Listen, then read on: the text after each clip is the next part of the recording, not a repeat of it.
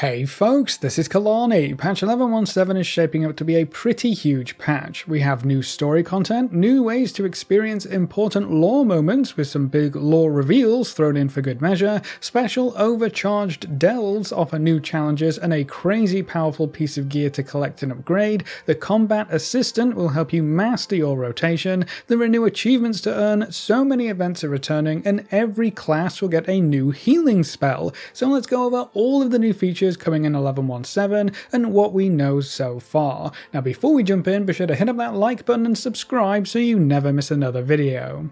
To start with, we're going to have some new story quests and content in patch 11.17. Tensions are boiling over in the Arathi Highlands, farms and settlements are under attack, both the Horde forces and the Alliance forces in the area are blaming each other, but something else seems to be at work. The Defias Brotherhood have popped up once again, but they're working for, or alongside, a new faction called the Red Dawn. We'll have to figure out who the Red Dawn are, what they want, and why they're trying to ignite a new war between the races of Azeroth. Now usually a patch 0.7 story content sets the stage for the next major patch, so 11.2 could deal with this new Red Dawn, but that seems to take us further away from Xal'atath and the Void, and there's no real mention of a new zone from what I can tell so far, so this could just be the start of something else. The Red Dawn may come into play a little bit later on, and 11.2 could be something entirely different. We're just going to have to wait and see.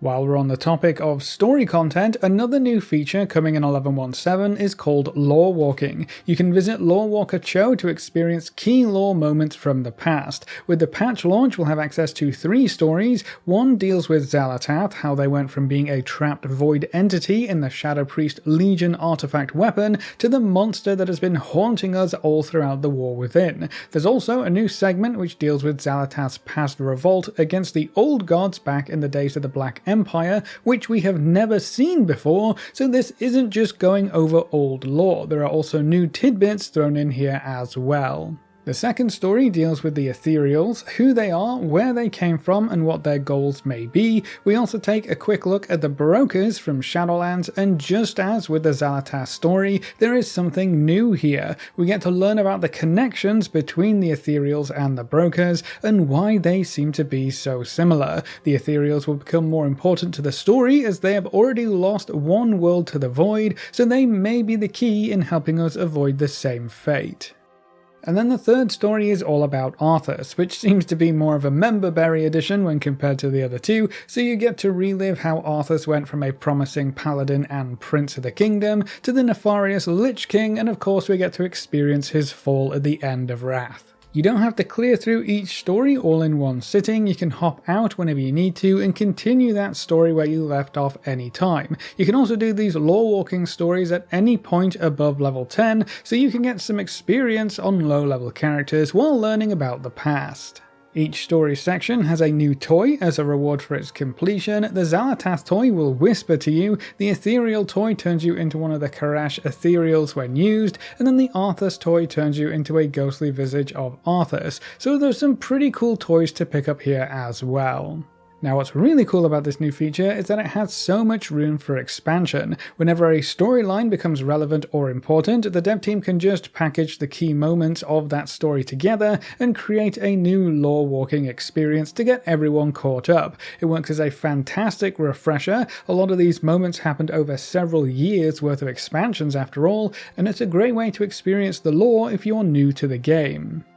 It seems like the dev team already plans on expanding the feature as well. It looks like there is a Blood Elf storyline in the game files that deals with the Sunwell, which will be a very important storyline to understand as we head into the next expansion, Midnight. We don't know a lot about the next expansion and its storyline, but we do know it will involve the Void assaulting, or maybe even taking control of the Sunwell, so understanding its history and importance should make the new expansion's story more interesting. So I would expect that lore-walking story to become available before the Midnight expansion goes live, but that just goes to show how this feature can be used to better explain key lore moments in bite-sized pieces, which is something that World of Warcraft has struggled to do for quite a while now. Now moving on, delves will be getting a big update in patch 11.17 as well, with the addition of Overcharged delves. These will provide greater challenges and even better rewards when compared to normal delves, and they'll have a new icon on the world map so you can easily check which delves are overcharged.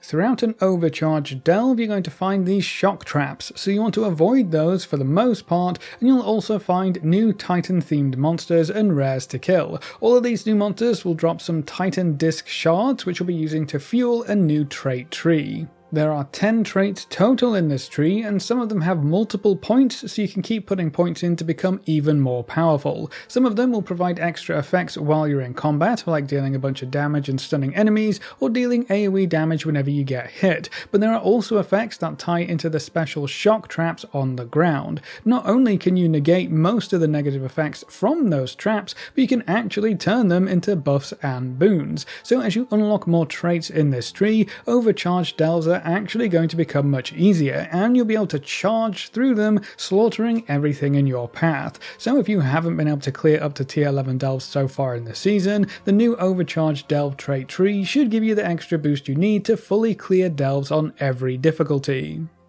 Dagran is also going to have a unique item for us to pick up and upgrade. As you take part in Overcharged delves, you'll unlock the Disc, a special belt slot item that might be our new Circe's Circlet for patch 11.17. The belt doesn't have any stamina or secondary stats, but it does have primary stats, as well as a special effect that turns you into a lightning rod to deal damage to nearby enemies. The belt is going to start at item level 684, and the more you run through your delves, the more you'll be able to upgrade its item level to make it even more powerful. We're not too sure just how far this item level will go yet, but if the Circe's Circlet is anything to go by, I'm sure this belt will end up being very powerful by the end of the patch. We'll also have all new rewards like new collectibles including a mount and pet, new gearing options, and you'll be able to earn more delves currency as well.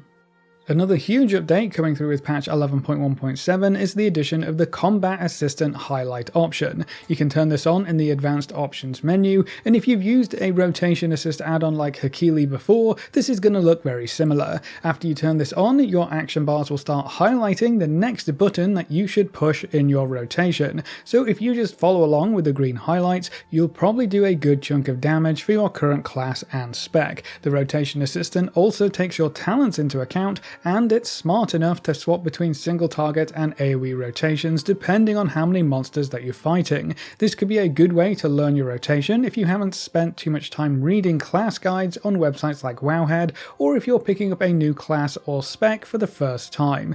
It's important to note that this assistant won't usually include major cooldowns, so you're still going to have to time those properly by yourself, and it also won't use any defensive abilities, healing abilities, unused items like trinkets or special gear, and you're going to have to move your character yourself, so it doesn't play the game for you by any stretch of the imagination, but it will help you kick out a little bit of extra damage if you aren't already playing optimally.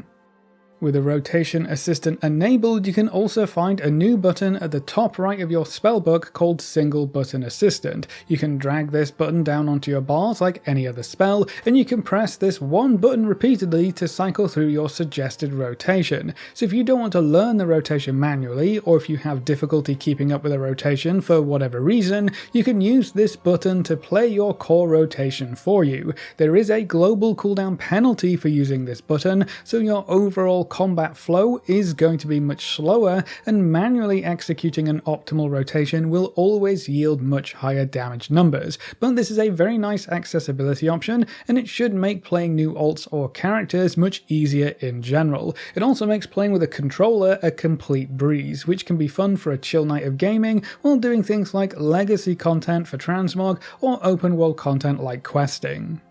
We'll also see a lot of different events return for patch 11.17, starting with the Greedy Emissary event. This one was pretty fun when we've seen it previously. Treasure goblins from Diablo cross over into our realm, and they're basically just massive loot pinatas. They spawn in key capital cities, and as long as you get a hit on one of these pesky pilferers, you'll have a chance at some shiny loot. We're not too sure how expansive the loot rewards are going to be, like if all of the previous event rewards will be available, but we do know that there will be a bunch of new diabolical goodies to collect. The highlights are new recolors of the Tier 2 class sets that were introduced during the anniversary event, and a lot of these sets look really cool, so that's going to be really exciting, and there will be a new mount included in the reward list as well. Now alongside this event we'll also be getting the Collector's Bounty buff, which will increase the loot drops in all legacy content. So if you enjoy collecting transmog from older raids or dungeons, you should get a lot more loot from each run during this event, which will allow you to fill up that transmog collection much faster. It may just be increased loot drops, but it could also apply to special rewards like toys, pets and mounts, and if that's the case, this could be the best time to pick up those pesky low drop mounts like Ashes of Allah and Invincible. We'll get more information about this event as we get closer to patch day.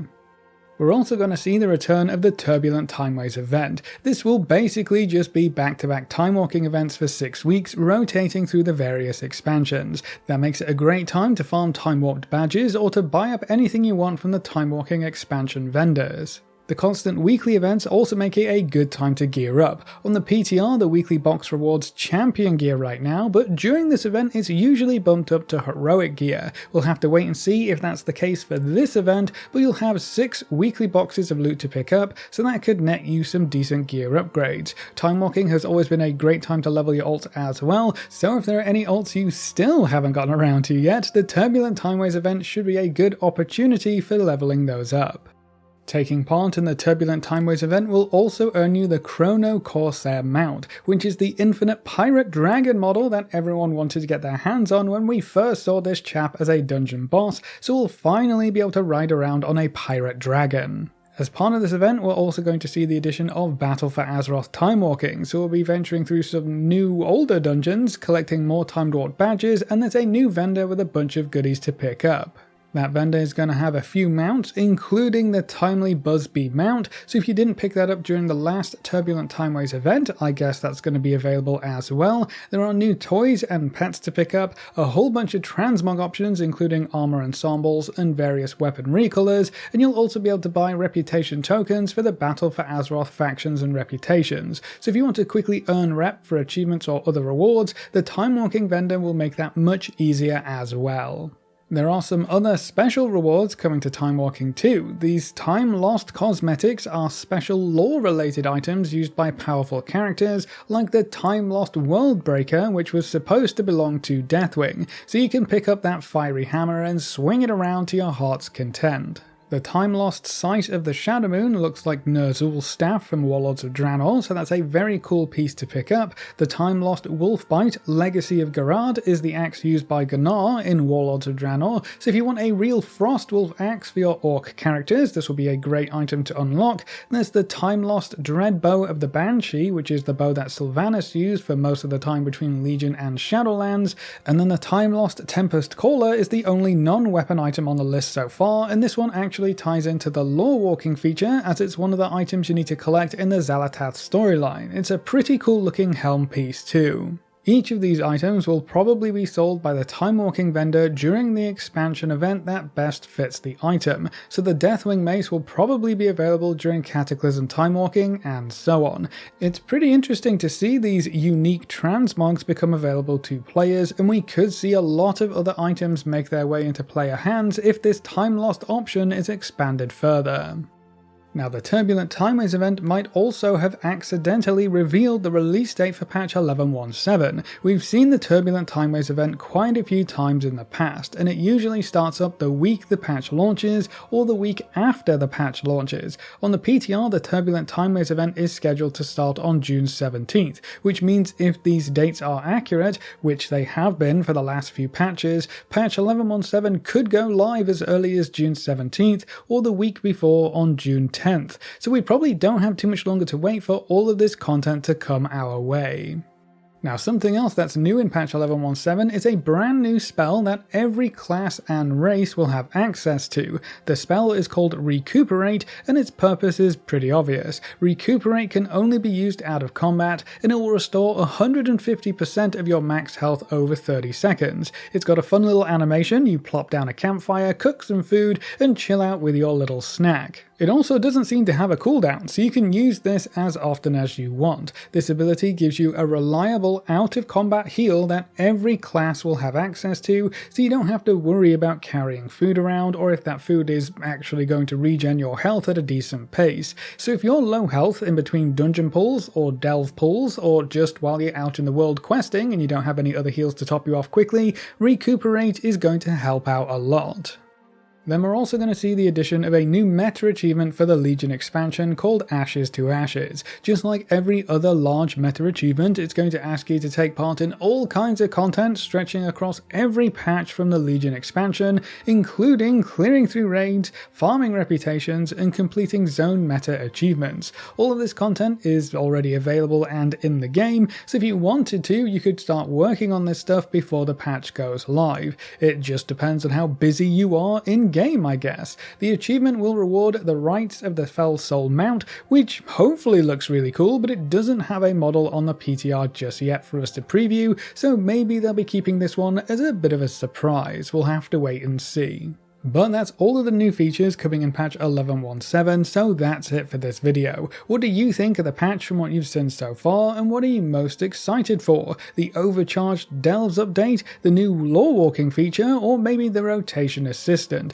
Leave all your thoughts in the comment section below. A big thank you to all of our supporters over on Patreon and to all of our members here on YouTube. You can see the names floating by on screen. If you're interested in supporting the channel, you can find links in the description or click the join button just below the video. If you enjoyed the video or found it useful in any way, make sure to subscribe and ring that notification bell so you're always kept up to date. Thanks for watching, folks, good luck and have fun, and as always I will see you next time.